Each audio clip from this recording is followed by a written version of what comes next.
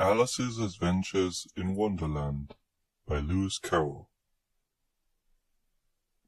Chapter 1. Down the Rabbit Hole. Alice was beginning to get very tired of sitting by her sister on the bank, and of having nothing to do. Once or twice she had peeped into the book her sister was reading, but it had no pictures or conversations in it. And what is the use of a book, thought Alice, without pictures or conversations?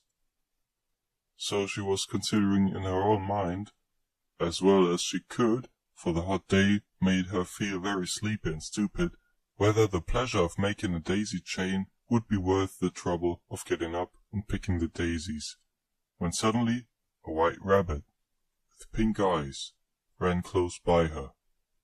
There was nothing so very remarkable in that, nor did Alice think it so very much out of the way to hear the rabbit say to itself, oh dear, I shall be late." When she thought it afterwards, it occurred to her that she ought to have wondered at this, but at the time it all seemed quite natural. But when the rabbit actually took a watch out of its waistcoat pocket and looked at it, and then hurried on, Alice started to her feet, for it flashed across her mind that she had never before seen a rabbit with either a waistcoat pocket or a watch to take out of it, and burning with curiosity, she ran across the field after it, and fortunately was just in time to see it pop down a large rabbit hole under the hedge. In another moment down went Alice after it, never once considering how in the world she was to get out again. The rabbit hole went straight on like a tunnel for some way, and then dipped suddenly down, so suddenly that Alice had not a moment to think about stopping herself before she found herself falling down a very deep well. Either the well was very deep, or she fell very slowly, for she had plenty of time as she went down to look about her and to wonder what was going to happen next. First she tried to look down and make out what she was coming to, but it was too dark to see anything. Then she looked at the sides of the well and noticed that they were filled with cupboards and bookshelves. Here and there she saw maps and pictures hung upon pegs. She took down a jar from one of the shelves as she passed. It was labeled orange marmalade, but to her great disappointment it was empty. She did not like to drop the jar for fear of killing somebody, so managed to put it into one of the cupboards as she fell past it. Well, thought Alice to herself, after such a fall as this, I shall think nothing of tumbling downstairs. How brave they'll all think me at home. Why, I wouldn't say anything about it, even if I fell off the top of the house, which was very likely true. Down, down, down. Would the fall never come to an end? I wonder how many miles I've fallen by this time, she said aloud. I must be getting somewhere near the center of the earth. Let me see. That would be 4,000 miles down, I think. For, you see, Alice had learned several things of this sort in her lessons in the schoolroom, and though this was not a very good opportunity for showing off her knowledge, as there was no one to listen to her, still it was a good practice to say it over. Yes, that's about the right distance, but then I wonder what latitude or longitude I've got to. Alice had no idea what latitude was or longitude either, but thought they were nice grand words to say. Presently she began again. I wonder if I shall fall right through the earth. How funny it'll seem to come out among the people that walk with their heads downward, the antipathies, I think. She was rather glad there was no one listening this time, as it didn't sound at all the right word.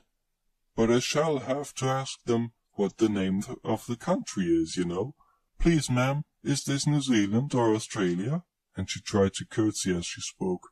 Fancy curtsying as you're falling through the air. Do you think you could manage it? And what an ignorant little girl she'll think me for asking. No, it'll never do to ask. Perhaps I shall see it written up somewhere. Down, down, down. There was nothing else to do, so Alice soon began talking again. Dinah'll miss me very much tonight, I should think. Dinah was the cat. I hope they'll remember her sauce of milk at tea time. Dinah, my dear, I wish you were down here with me, There are no mice in the air, I'm afraid, but you might catch a bat. That's very like a mouse, you know. But do cats eat bats, I wonder?" And here Alice began to get rather sleepy, and went on saying to herself in a dreamy sort of way, "Do cats eat bats? Do cats eat bats?" And sometimes, "Do bats eat cats?" For, you see, as she couldn't answer either question, it didn't much matter which way she put it. She felt that she was dozing off, and had just begun to dream that she was walking hand in hand with Dina, and saying to her very earnestly, "Now, Dina, tell me the truth. Did you ever eat a bat?" When suddenly, thump, thump, down she came upon a heap of sticks and dry leaves, and the fall was over. Alice was not a bit hurt, and she jumped up on to her feet in a moment. She looked up, but it was all dark overhead. Before her was another long passage, and the White Rabbit was still in sight, hurrying down it. There was not a moment to be lost. Away went Alice like the wind, and was just in time to hear it say, as it turned the corner, "Oh, my ears and whiskers, how late it's getting!" She was close behind it when she turned the corner, but the rabbit was no longer to be seen. She found herself in a long, low hall, which was lit up by a row of lamps, hanging from the roof. There were doors all around the hall, but they were all locked, and when Alice had been all the way down one side and up the other, trying every door, she walked sadly down the middle, wondering how she was ever to get out again. Suddenly, she came upon a little three-legged table, all made of solid glass. There was nothing on it except a tiny golden key, and Alice's first thought was that it might belong to one of the doors of the hall. But Alice, either the locks were too large, or the key was too small, but at any rate it would not open any of them. However, on the second time round, she came upon a low curtain she had not noticed before, and behind it was a little door about 15 inches high. She tried the little golden key in the lock, and to her great delight it fitted. Alice opened the door and found that it led into a small passage not much larger than a rat hole. She knelt down and looked along the passage into the loveliest garden you ever saw. How she longed to get out of that dark hall, and wander about among those beds of bright flowers and those cool fountains, but she could not even get her head through the doorway. "And even if my head would go through," thought poor Alice, "it would be of very little use without my shoulders.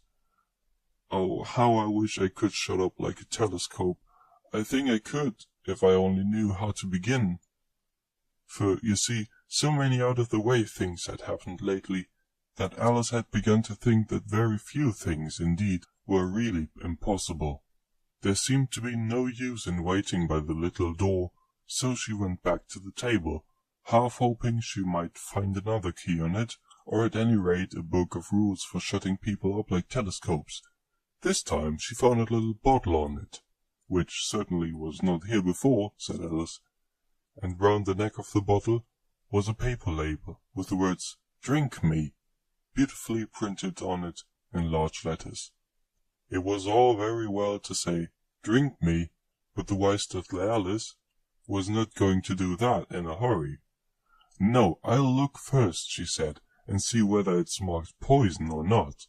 First she had read several nice little histories about children who had got burned and eaten up by wild beasts and other unpleasant things, all because they would not remember the simple rules their friends had taught them, such as that a red-hot poker will burn you if you hold it too long, and that if you cut your finger very deeply with a knife, it usually bleeds, and she had never forgotten that, if you drink much from a bottle marked poison, it is almost certain to disagree with you sooner or later. However, this bottle was not marked poison, so Alice ventured to taste it, and finding it very nice, it had in fact a sort of mixed flavour of cherry tart, custard, pineapple, roast turkey, toffee, and hot buttered toast. She very soon finished it off. "What a curious feeling," said Alice. "I must be shutting up like a telescope." And so it was indeed. She was now only 10 inches high, and her face brightened up at the thought that she was now the right size for going through the little door into that lovely garden. First, however, she waited for a few minutes to see if she was going to shrink any further. She felt a little nervous about this, for it might end, you know, said Alice to herself, in my going out altogether, like a candle. I wonder what I should be like then. And then she tried to fancy what the flame of a candle is like after the candle is blown out, for she could not remember ever having seen such a thing. After a while, finding that nothing more happened, she decided on going into the garden at once. But Alice, for poor Alice, when she got to the door, she found she had forgotten the little key, and when she went back to the table for it, she found she could not possibly reach it. She could see it quite plainly through the glass, and she tried her best to climb up one of the legs of the table, but it was too slippery, and when she had tired herself out with trying, the poor little thing sat down and cried. "Come, there's no use in crying like that," said Alice to herself rather sharply. "I advise you to leave off this minute." She generally gave herself very good advice, though she very seldom followed it, and sometimes she scolded herself so severely as to bring tears into her eyes, and when she remembered trying to box her own ears for having cheated herself in a game of croquet she was playing against herself, for this curious child was very fond of pretending to be two people. "But it's no use now," thought poor Alice, "to pretend to be two people. Why, there's hardly enough of me left to make one respectable person." Soon her eye fell on the little glass box that was lying under the table. She opened it and found in it a very small cake, on which the words "Eat me" were beautifully marked in currants.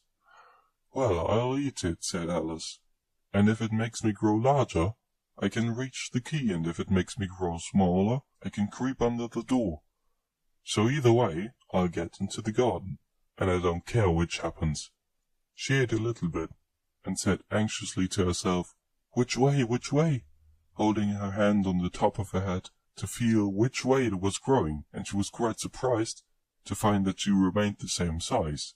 To be sure, this generally happens when one eats cake, but Alice had got so much into the way of expecting nothing but out-of-the-way things to happen, that it seemed quite dull and stupid for life to go on in the common way.